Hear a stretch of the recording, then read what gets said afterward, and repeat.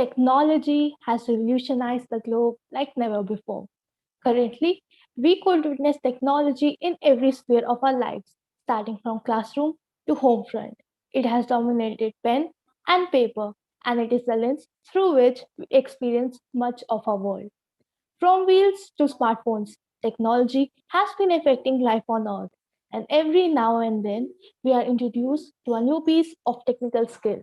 Expertise in technology adds a new dimension to the techno savvy as the entire globe sails smoothly and introduces innovative ways to make the education hassle free under these challenging times. Good evening to all. On behalf of Delhi Public School Patna, I extend a warm and hearty welcome to witness the aptitude of technical knowledge of our exuberant websites. We are privileged and honored to have eminent members of jury amidst us to judge today's event. It is a matter of pride to introduce the jury comprising of Miss Nagarathnam from Delhi Public School Coimbatore and Miss Vandana Mohan from Delhi Public School Pune, who would be judging the ensuing event. Consistent nurturing and exploring new avenues in ever-widening world of technology have become the hallmark of Delhi public schools. In order to widen the horizons of technical skills and to attain well-rounded connoisseurs, the school has taken proactive steps to test the technical aptitude of DIB sites titled MindSpark. Before we proceed to the event, let me brief on the various activities slated for the participants. The activities have been broadly classified into three categories, namely Mindbender, Code Brigade, and Fact Architects. Eventually, 5 finalists from each activity have been shortlisted. The event is about to commence with the introduction of the first activity, Mindbender. Mindbender is meant to ignite a spark and reinforce the mind's ability to process, analyze, and enthrall the audience with quick and correct answers. This quiz is a validation of the mind's unique powers to tap on its infinite resources. It is based on multiple choice questions, wherein 3 rounds would be conducted and each question would have a specific time limit for the participant's response. Now, I invite the quiz master, Mrs. Arpita Upadhyay, to begin with the proceedings. Thank you, Utkarsh. Good evening. In today's quiz, we are taking you to the world of computers. Technology has an identity of its own. And as you will witness in this quiz, the score of the participants is contingent on the knowledge of their expertise with this subject. So participants, it is time for you to put on your thinking caps, intensify your efforts, and propel your minds to decode and demystify the challenging questions that come your way. Ignite the spark, kindle the thought, and embark on this exciting journey of MindSpark. Contestants, are we ready? Good. Before we begin with the quiz, let me acquaint you with the rules of the quiz. And the rules go as follows. There will be altogether 3 rounds. Each participant will be asked 1 question in each round. The question unanswered or answered incorrectly will not be passed on to the next participant. 5 marks will be awarded for each correct answer. Time allotted for answering the question is as follows. Round 1, 30 seconds. Round 2 and round 3, 60 seconds. The timer would begin after the options are displayed. You can see the timer right on the top left corner of your screen. There is no negative mark for incorrect answers. In case of any technical glitch or participant getting disconnected, question will be asked to the next participant, and if that participant rejoins within the time frame of that round, he will be questioned at the end of that particular round or else awarded 0. In case of tie, a tiebreaker question will be asked to decide the winner. The one who answers the correct answer in least time will be the winner. So, without wasting much time, let's begin with the quiz. We come up with the first round of the quiz, which will be based on general questions. Just a reminder, you get 30 seconds to answer this round. So, the first question on the screen for the participant MB1. The question is, which of the following has the credit of being the first OOP language? Your options are A, Smalltalk, B, Simula, C, C++, and D, C. And your time starts now. And the answer is B, Simula. All right, that was very fast, just 3 seconds. Absolutely right, MV1. And the scoreboard on your right bottom corner, you can see flashes 5 for MV1. Well done. The next question on the screen for MV2. Your question is, find the option that is not one of the primary features of object-oriented language. Your options are A, encapsulation, B, inheritance, C, polymorphism, D, data absolute. And your time starts now. Option D, data absolute. Option D, data absolute. And that is absolutely right. Well done. We move on to the next participant. The third question of the first round for MB3. Identify the pure object-oriented programming language from the options given below. Again, I repeat, pure object-oriented programming language. Your options are A, Java, B, Smalltalk, C, C++, D, Kotlin. And your time starts now.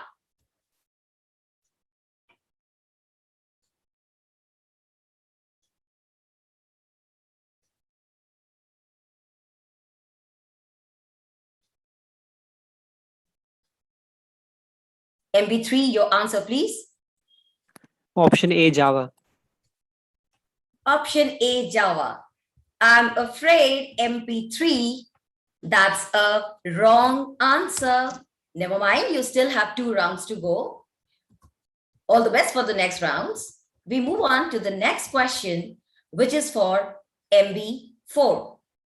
The question is, in OOPs, public, private, and protected are, your options are A, classes, B, access modifiers, C, interfaces, or D, method signatures.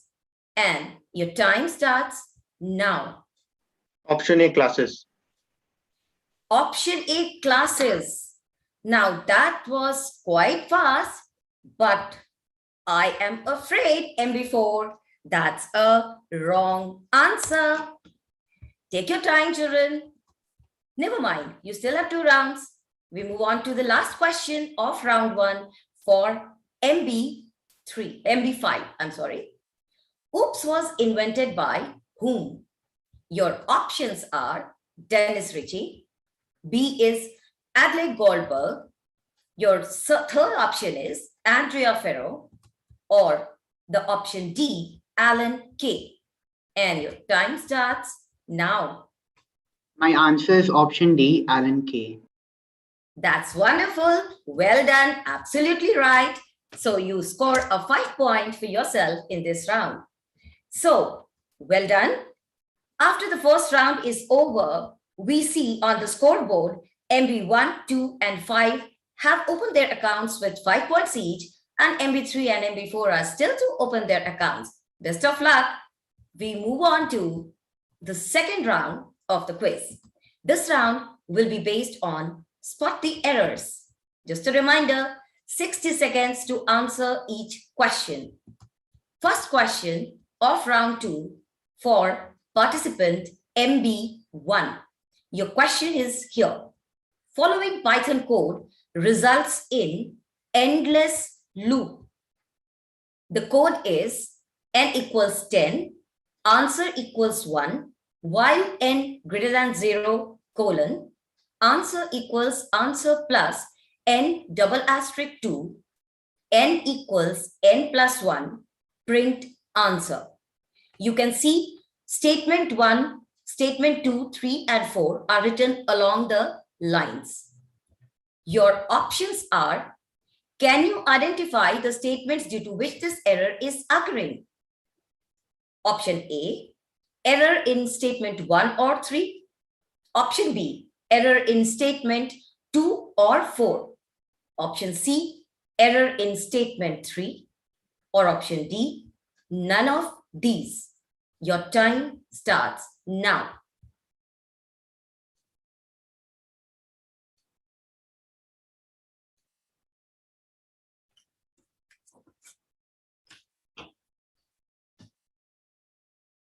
And the answer is B, error in statements 2 or 4. All right. Wonderful, MB1. That is absolutely right. Congratulations for this round.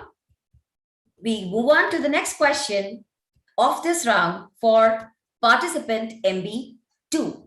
Your question is, the expected output of following Python code is 0, 1, 2. However, the result obtained is something else. Can you identify which of the given options will generate desired output?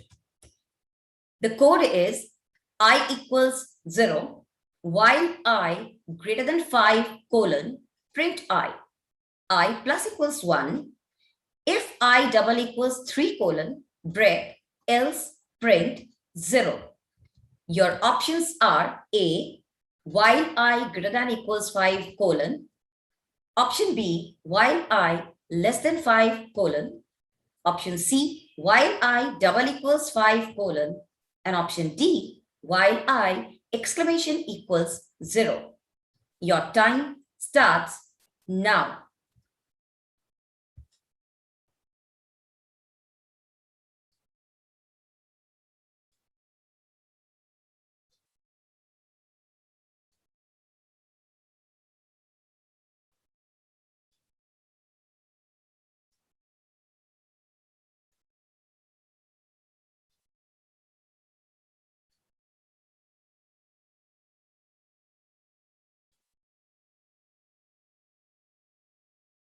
Thirty seconds more.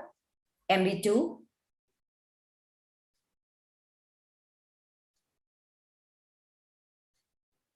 Option B.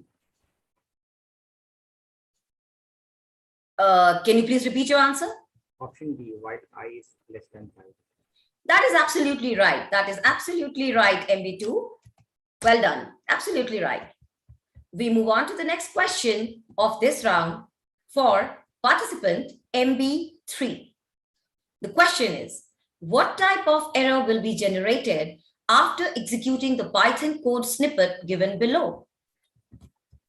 The code is test equals abracadabra within double quotes, count equals pair of curly braces, for word in text colon, count word within a square bracket equals count word within a square bracket plus 1, print count. Your options are A, syntax error, B, value error, C, key error, D, name error. And your time starts now.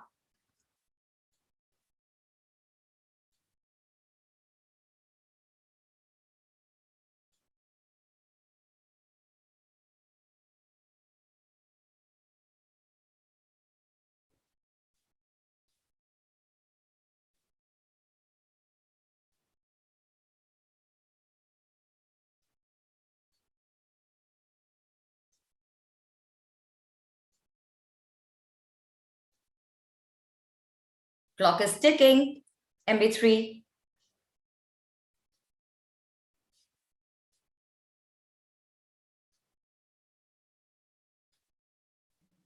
Name error. Option D. So your answer, if I've heard correctly, is option D, name error.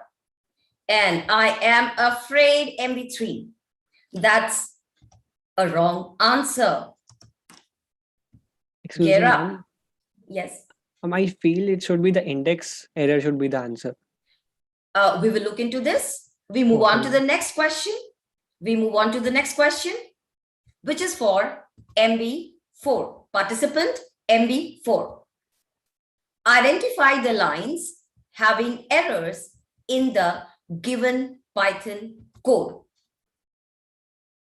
10 equals step for E in the range 0, step colon.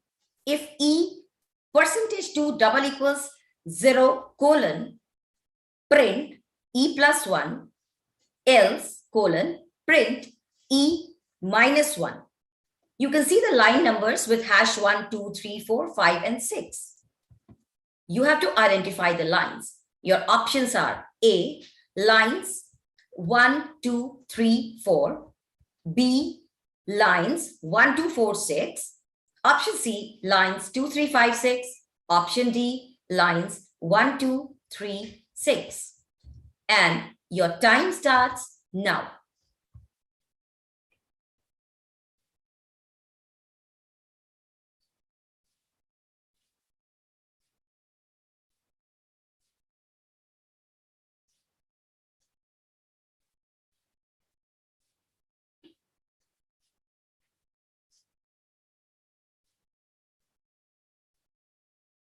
Option D. Option D, lines 1, 2, 3, 6. That is absolutely right, MB4. Well done. So you have opened your account. We move on to the last question of this round for MB5. MB5, your question is, this Python code is giving the output as Amit Sunil instead of Amit Naina. Identify the correct code to get the desired output. So these are the options in front of you. You have to look into the code and identify which of them will give you the correct output as desired. Option A equals within the curly braces 6 colon Amit, comma 2 colon Sunil, comma 3 colon Naina. For I in A colon, if int I %2 double equals 0 colon, print A within square brackets I. Option B, A equals within the curly braces 6 colon Amit, comma 2 colon Sunil, comma 3 colon Naina.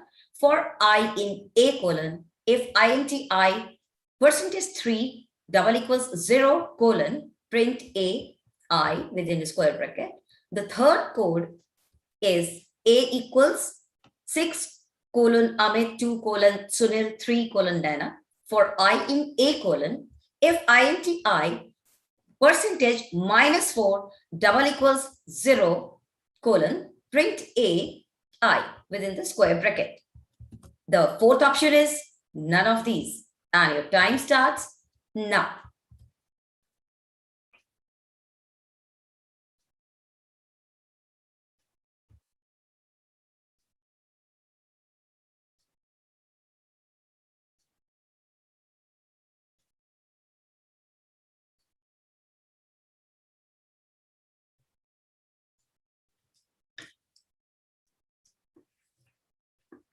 My answer is option D, none of these. Okay, so your answer for this question is D, none of these, and I am afraid that's a wrong answer. Never mind. All right, so with this, we come to the end of the second round, and the scoreboard has shifted a little. And if you can see, by the end of the round 2, MB1 is on 10 points, MB2 is on 10 points, MB3 has still to open the account, MB4 and MB5 are on 5 points each. We move on to the last round of the quiz today, the round 3, which is discover the output. Reminder, 60 seconds to answer your question. So the first question on the board for MB1. Go through the Python code snippet on left and predict the output generated. Your code is A equals true, B equals false, C equals false. If not A or B colon, print 1. If not A or not B and C colon, print 2. If not A or B or not B and A colon, print 3. Else colon, print 4. Your time starts now.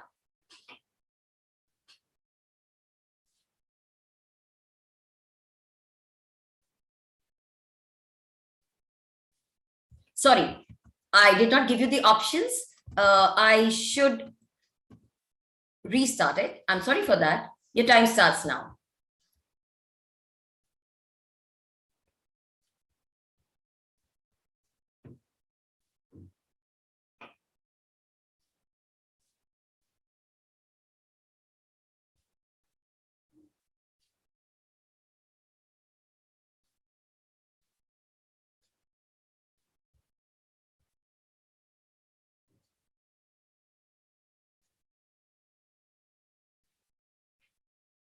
$30 everyone.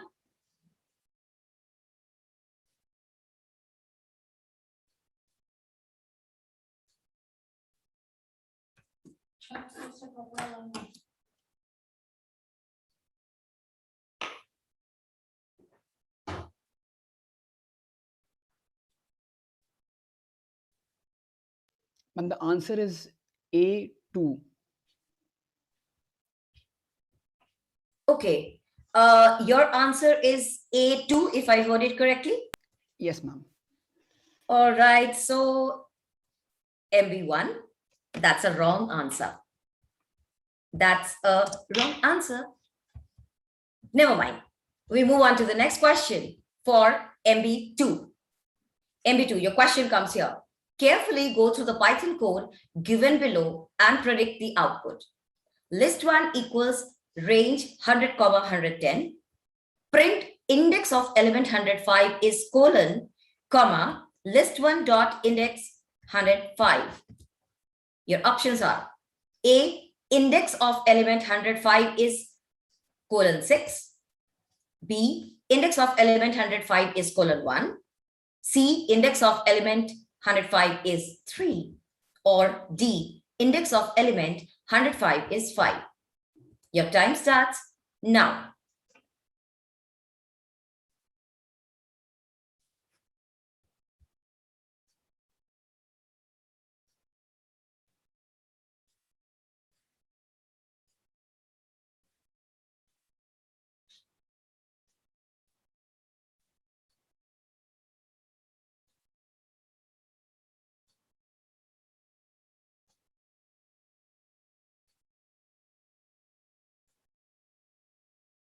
And option D. Can you please repeat it? Option D, 5. Okay, so your answer is option D, index of element 105 is 5. And that is absolutely right. Correct answer. Well done, MB2. We move on to the third question of the third round for MB3. MB3, your question comes here. Carefully observe the Python dictionary code and predict the output. Dictionary 1 equals within the curly braces, Google colon 1, Facebook colon 2, Microsoft colon 3. Dictionary 2 equals GFG colon 1, Microsoft colon 2, YouTube colon 3. Dictionary 1 dot update, dictionary 2 semicolon. For key comma values in dictionary 1 dot items function colon, print key comma values. Your options are A, Google 1, Facebook 2, Microsoft 2, GFG 1, YouTube 3. Option B, Google 1, Facebook 2, Microsoft 2, Microsoft 3, GFG 1, YouTube 3. Option C, Google 1, Facebook 2, Microsoft 3, GFG 1, YouTube 3. And option D, Google 1, Facebook 2, Microsoft, GFG 1, YouTube 3. Carefully read the question and answer. Your time starts now.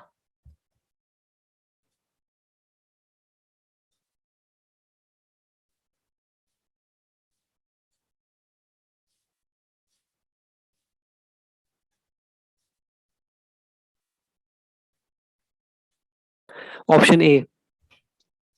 That was pretty fast. Option A, and an absolutely right answer.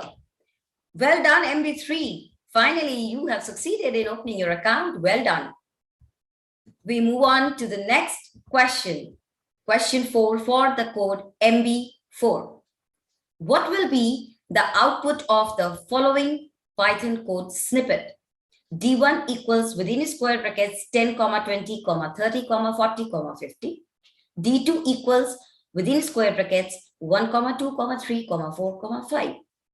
Print D1 minus D1. Your options are A, pair of square bracket, B, no output, C, error, D, 0. Your time starts now.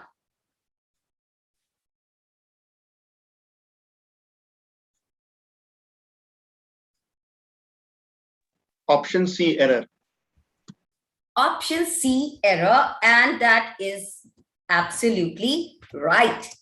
Correct answer. Last question of the third round for MB5. Select the correct output of the following Python code fragment. X equals within square brackets DPS comma Patna in capital case for Q in J colon Q dot lower pair of bracket and print X. Your options are A, pair of square bracket, B, DPS comma Patna in small case, C, DPS comma Patna in capital case, and D, error. Your time starts now.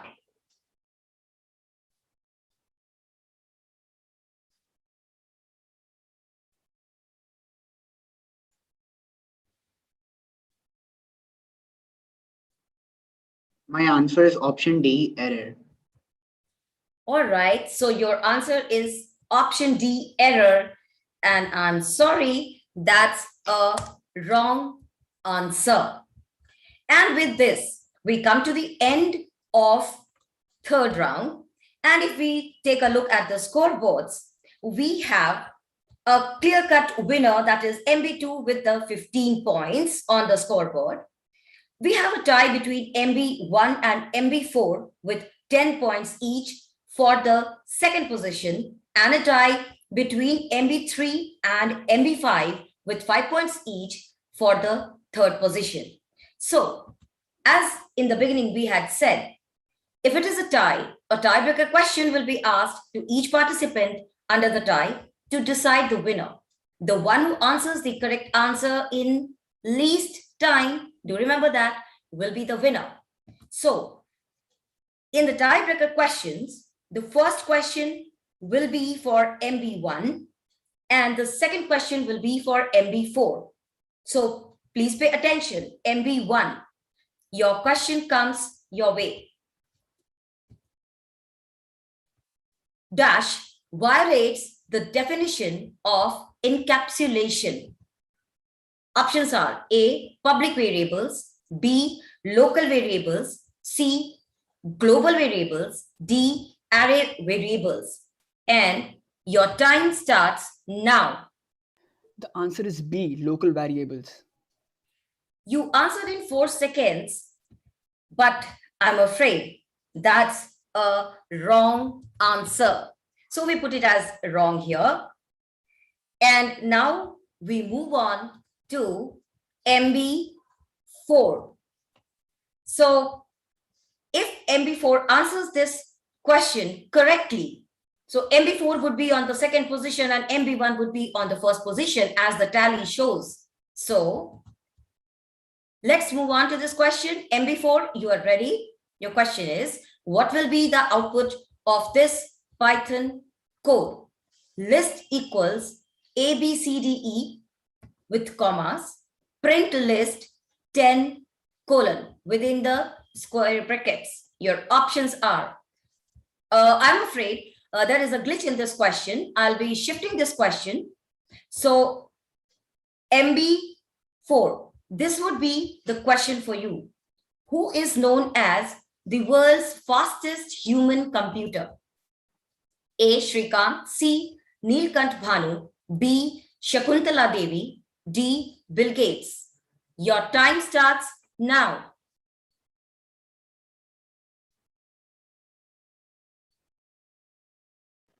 Option B. Okay, 8 seconds. And that is a right answer.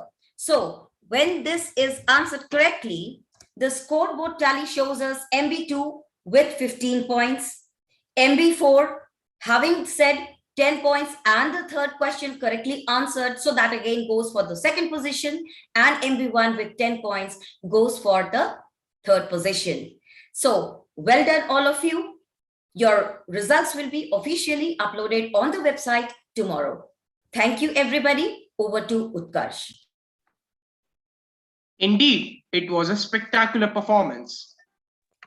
The next event is Code Brigade, in which the contestants will showcase the game developed by them with the help of programming languages such as Python, QBasic, and Scratch.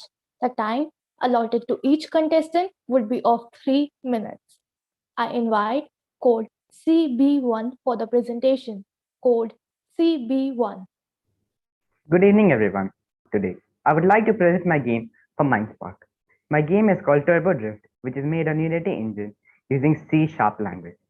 It is a car driving simulator which is based in third-person mode. Basically, it revolves around driving a car in a free world structure, meaning we can do anything we want, ranging from drift practice to off-roading. Let's have a look at the game now. As we can see, as soon as we launch a game, we are greeted with a nice main menu screen. As you can see on the top left corner, here are our key guides. And in the middle, we can select from 3 maps. First, let's have a look at map 1. Map 1 is all about drift practice. As you can see, a car can drift now. And also, there's a lot of freedom to explore the map. So this was all about map 1. Let's have a look at map 2. Map 2 is based on stunt course, where the player can do these stunts to practice the game and achieve some nice reflexes in the game.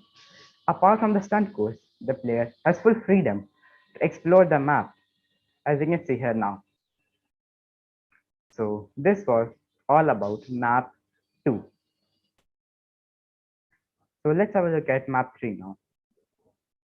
Map 3 is based on off-roading, where there are no trees to collide with, so the player has full freedom to practice off-roading without any disturbance. I've also added a secret Easter egg in the game, which is nitrous. When you press a shift key, we can use nitro. If the player pays attention to the keybinds, he or she can see that it has L shift for nitro. This was all about the game. So let us have a look at the coding part. I use C# language in Visual Studio Code by Microsoft. So this is the code for vehicle control. As you can see, it's a pretty long. This is for vehicle damage, which is reflected when the car collides with something. This is for the main menu screen. This is for the minimap, and this is for the pause menu. As far as the future plan is concerned, I will add some more levels in it, and I may add secret hidden Easter eggs in the map, which the player has to find, and publish it on websites like Steam and Edge. So thank you.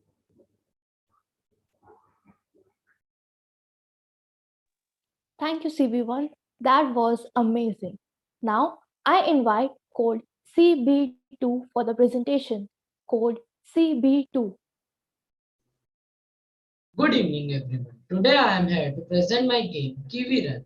I have made this game using Construct 3 and written the scripts using C# language on Visual Studio Basic 2019. Now let's have a look at my game. As you can see here it is the title screen of my game. Now let's come to the main game without wasting our time. Yeah, as you can see, this is here, and we can just play the game by clicking here.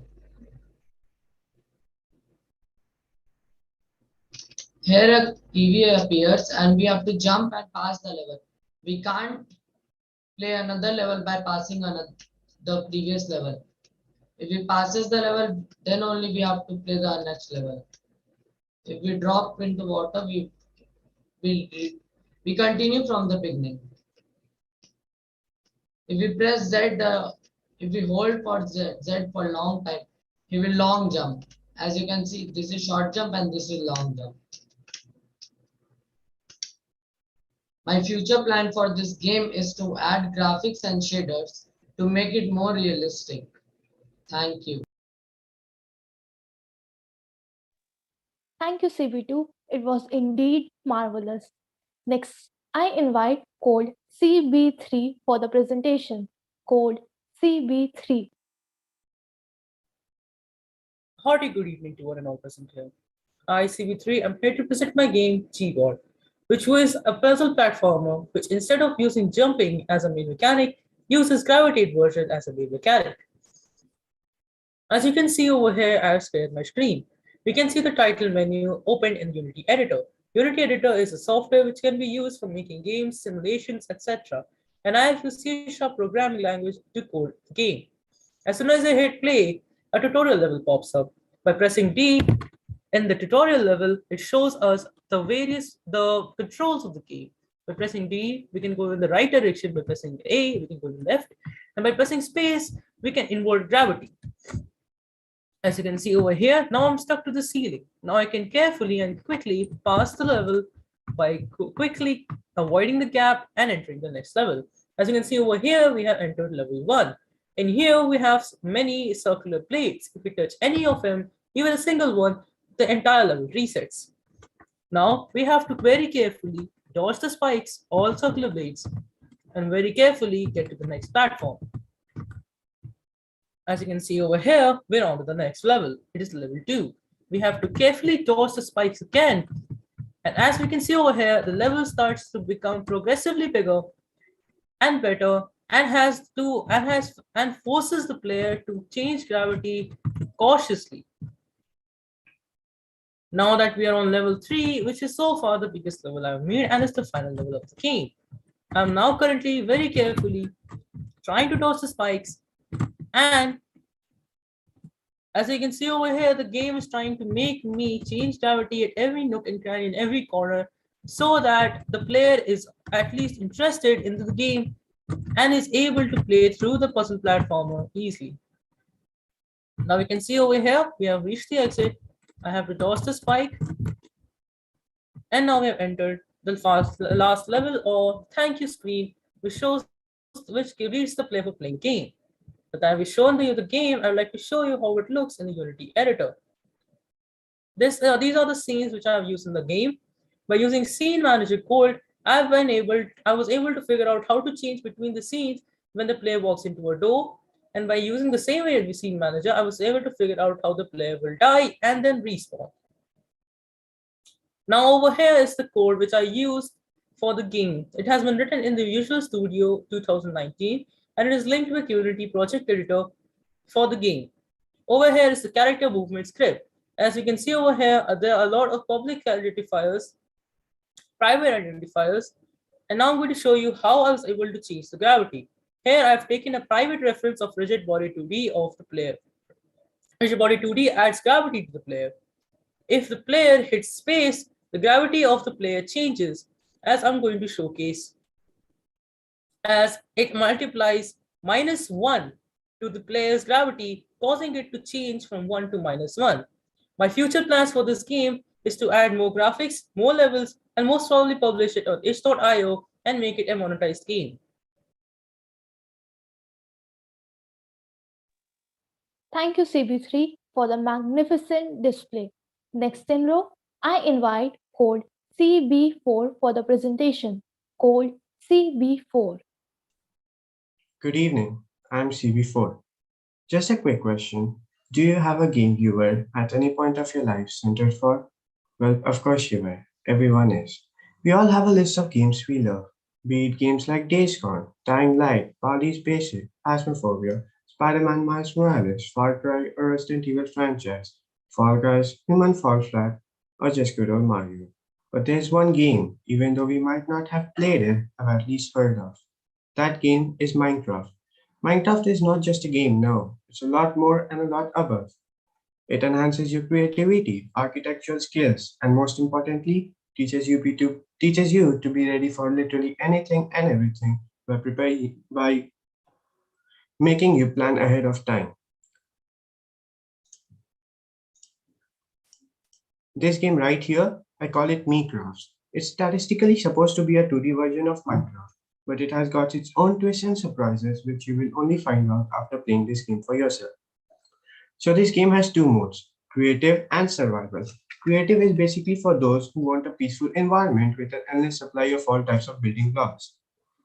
There's glasses, decoration, torches, food, etc. in their inventory to build stuff. But the real challenge is the survival mode. In the survival mode, you spawn with literally nothing and then you have to fend for yourself.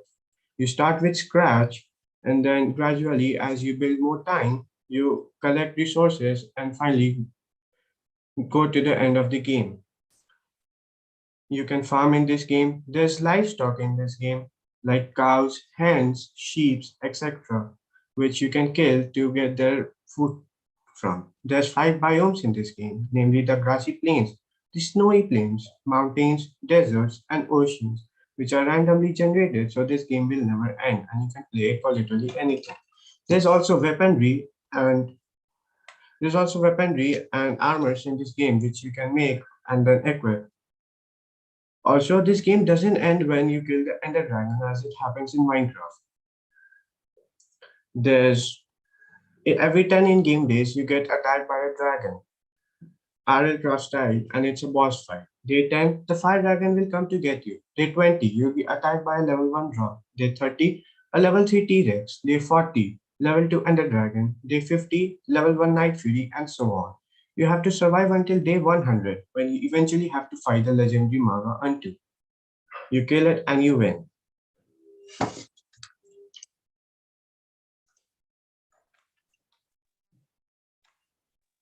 Thank you, CB4, for the brilliant presentation. Last but not the least, I invite Code CB5 for the presentation. Code Good evening, everyone. I am CB5 and I'll be showing you the game I created for Mindspark 2021. It's a third-person puzzle-based game created in Unity engine using C# coding language. So without wasting any time, let's move on to the game.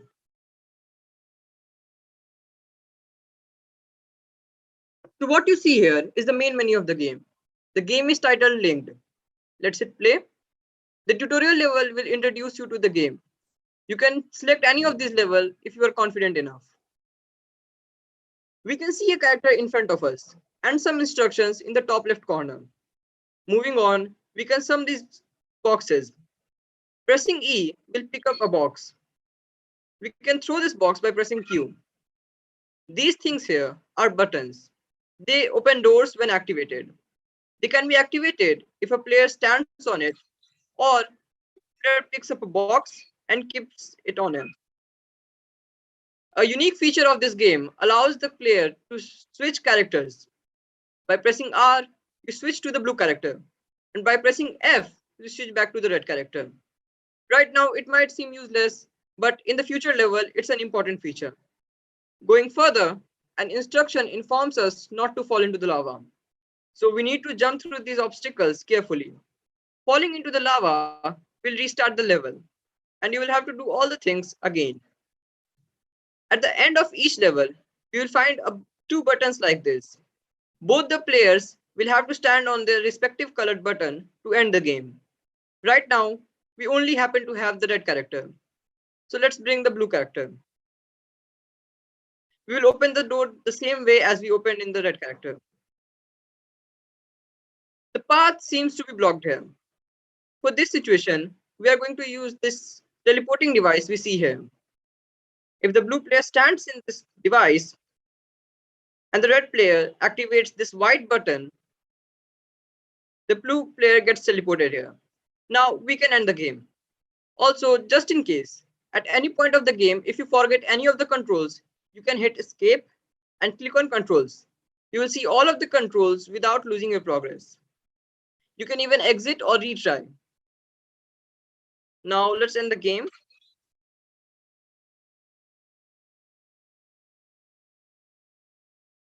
Level complete, and we can exit or retry or anything. A game like this surely did require a lot of code. So let's now move on to the coding part.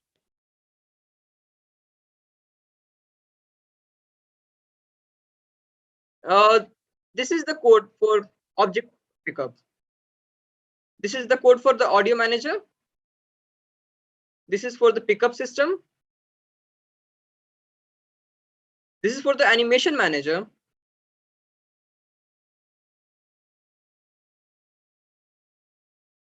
This is for the teleporting device. And this is for the doors. And this is for the buttons. This is the death manager, which teleports the player back to the start point if the player falls into the lava. Now for the future plans. For the future plans, I will fix some of the bugs that the game currently has. I will make the game multiplayer, implement a story, add more obstacles, more characters, and upload it on itch.io. Thank you for lending me your precious time. I hope you like my presentation. Thank you, CB5. It was a great show. Mere words will not suffice to applaud their unparalleled performance. Subsequent to Code Brigade, we have yet another round entitled Fact Architect, wherein the contestants would be demonstrating their newly created project with the help of the technology that they have opted for. Each participant would be given 3 minutes for their presentation. Let's witness demonstration of our budding technocrats. I invite Code FA1 for the presentation. Code FA1. Good evening, everyone. Today I will present my project Smart AI Camera. Nowadays, most people have cameras inside their homes, but do you think is that enough? Imagine a case of an unfortunate event like robbery or fire accident, and cameras can only record that event. They cannot take any real-time actions, but my project can take real-time actions and solve these issues. Let me show you these by live demos. Here on my screen, you can see a live video feed from a simple CCTV camera. And as soon as the fire will start, it will take multiple real-time actions. As you can see, the buzzer has started beeping. A phone call has come, which is alerting me as I am the owner right now. And you can also hear the buzzer sound. Now, moving on, second, robber detection. In robber detection, you can see how the robber is being detected flawlessly by the AI. And again, you can hear the sound of the buzzer. Phone call is also coming to my phone, which will come to the police station. Similarly, I have also received a WhatsApp message too. As you can see, a robber has been detected. This will also go to the police station. Moving on, we have face recognition. There are multiple applications of face recognition, but the best I could personally think of is criminal detection. Here, criminals can be detected by matching the faces with the database given by the local police to detect wanted suspects or criminals via public CCTV cameras. Other applications of face recognition can be used for security purpose in homes to identify friends and families, or for automatic attendance system in offices or schools. As you can see, my face is being detected by the AI, and there is a buzzer sound again. I also received a phone call which will go to the police station about informing them that a criminal has been detected. I also received a WhatsApp message too. In future, I'm planning to write code for multiple features such as train detection, traffic helmet detection, which will detect if a person is not wearing a helmet, then weapon detection, etc. This is the entire coding for the smart AI camera. This is the entire Arduino coding for the Arduino buzzer system, which is connected to my computer. Thank you. Thank you, FA1. It was a fantastic presentation. Now, I invite code FA2 for the presentation. Code FA2. Good evening, everyone. My project is about an automatic dustbin which will open by itself if you are close to it. And for this, I have used an Arduino, an ultrasonic sensor, and a servo motor. So basically, ultrasonic sensors are responsible for sensing any object if it is in front of it. As per my program, the ultrasonic sensors are going to sense the object if it is under 55 centimeter. And if it is, then the servo motor will turn around 150 and then there will be a delay of 3 seconds. And then it will come back to its position, due to which the lid of the dustbin will open. So this is the Arduino Uno code. If you want, you can change the distance from here as I have given it 55 centimeter. Now let's have a look to the coding. So this is my model. As you can see, if my hands are in front of the dustbin, the lid of the dustbin will open automatically. So that was my model. Due to this COVID-19, we all have known the importance of cleanliness. If you have ever been to zoo or parks or have seen the roadside dustbins, they are generally open and it stinks. So you rather throw the garbage here and there instead of going close to it. I think automatic dustbins will be a better replacement for the normal dustbins in the future. Thank you. Thank you, FA2. That was indeed fabulous. Next in row, I invite code FA3 for the presentation. Code FA3. Good evening, everyone. I am FA3 and I'm going to present before you all one of the most useful projects based on IoT. The project which I am going to present before you all is a part of a huge project which is home automation. Home automation gives you access to control devices in your home from a mobile device anywhere in the world. From a home security perspective, this also includes your alarm system and all of the doors, windows, locks, smoke detectors, and surveillance cameras, and any other sensors that are linked to it. I'll be showing you all today how can you control the light bulb or any other electronic appliances of your from your smartphone easily. Before diving into my project, let me give you a brief information about the main electronical part used in this project, which is Node MCU. Node MCU is a microcontroller which is used whenever you want to automate something over Wi-Fi. It works on USB cable. For this project, you will be needing one Node MCU, a double channel relay module, two jumper cables, and a bulb holder if you want to automate the bulb. Now let me show you my model. So, on the left side of your screen, you can see the screen of my mobile phone, and on the right hand, respectively, you can see my model. So to connect my Node MCU from my mobile phone, I have used the app which is known as Blink. On the work area of this app, you can see an on and off button, which is used to turn on and off the bulb.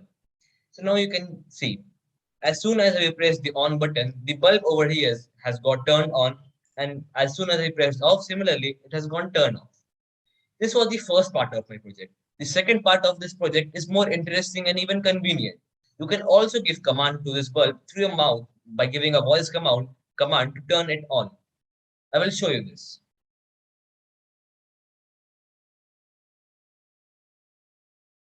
Turn on the lights.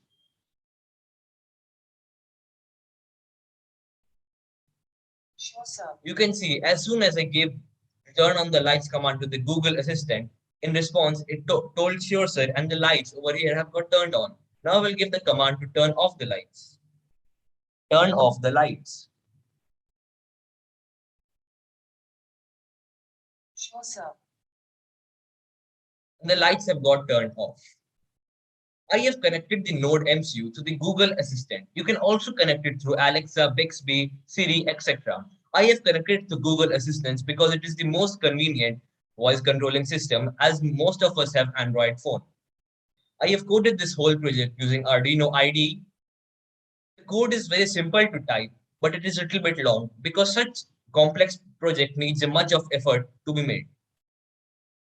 To connect my Node MCU and my Blink app to the Google Assistant, I have used a website which is known as ifttt.com, and here I have created the applets to control the bulb.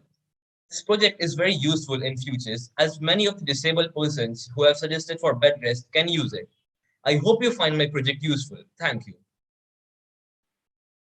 Thank you, FA3. That was truly tremendous. Now, I invite code FA4 for the presentation.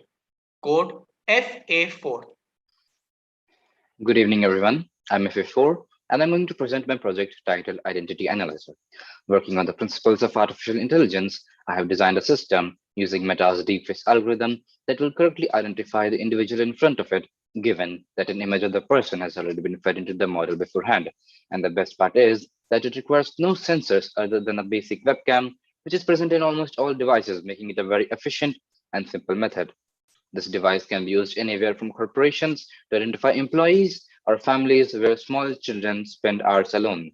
Sourcing these menial tasks to computers would allow us humans to focus on tasks that require EQ or emotional quotient, tasks that are still impossible for computers to perform. The model first detects whether a face is present in front of the camera or not. When it identifies one, the system goes through the database of images that has been fed into it and checks whether the person in front of the camera matches with any person in the database. Now, let's see the underlying code that allows it to work. As you can see on the left-hand side of the screen, the various Python files that work together and help this system run. Now, let's see how this project actually works. Goodness. As you can see, the device can successfully identify my face and even display my name just below it. In future, many things can be added to make it better. We can add identifiers to detect the age, the gender, and even the race of the person in front of the camera.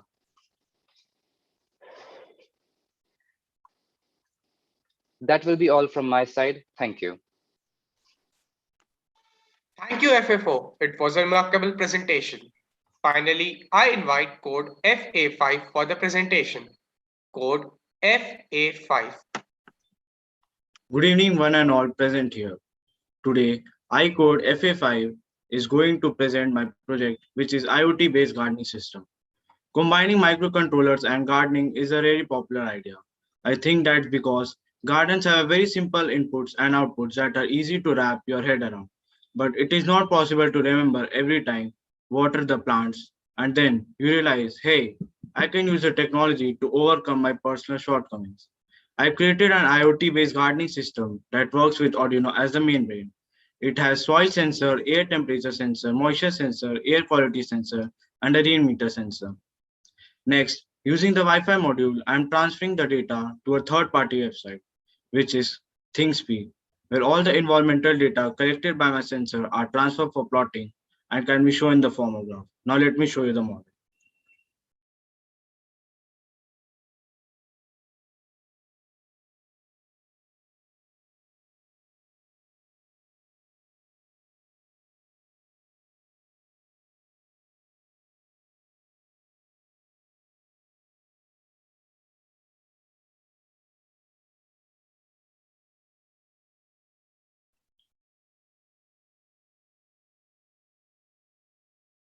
So as you can see, this is my complete model right here. It has Arduino as the main brain. Then it has a Wi-Fi module right here, which sends the data to the ThingSpeak website. Now the basic model, the basic work this model is going to do that whenever the moisture sensor gets high, it will water the plants. Now I will show where all the sensor data are collected.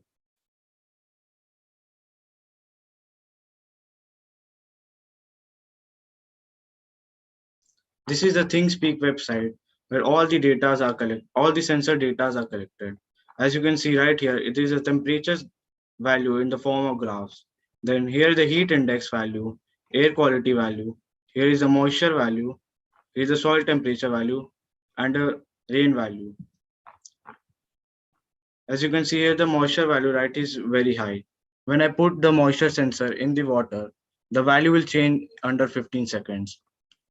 And then here is the rain value. Whenever in the environment, whenever the rain starts, this lamp indicator will turn on.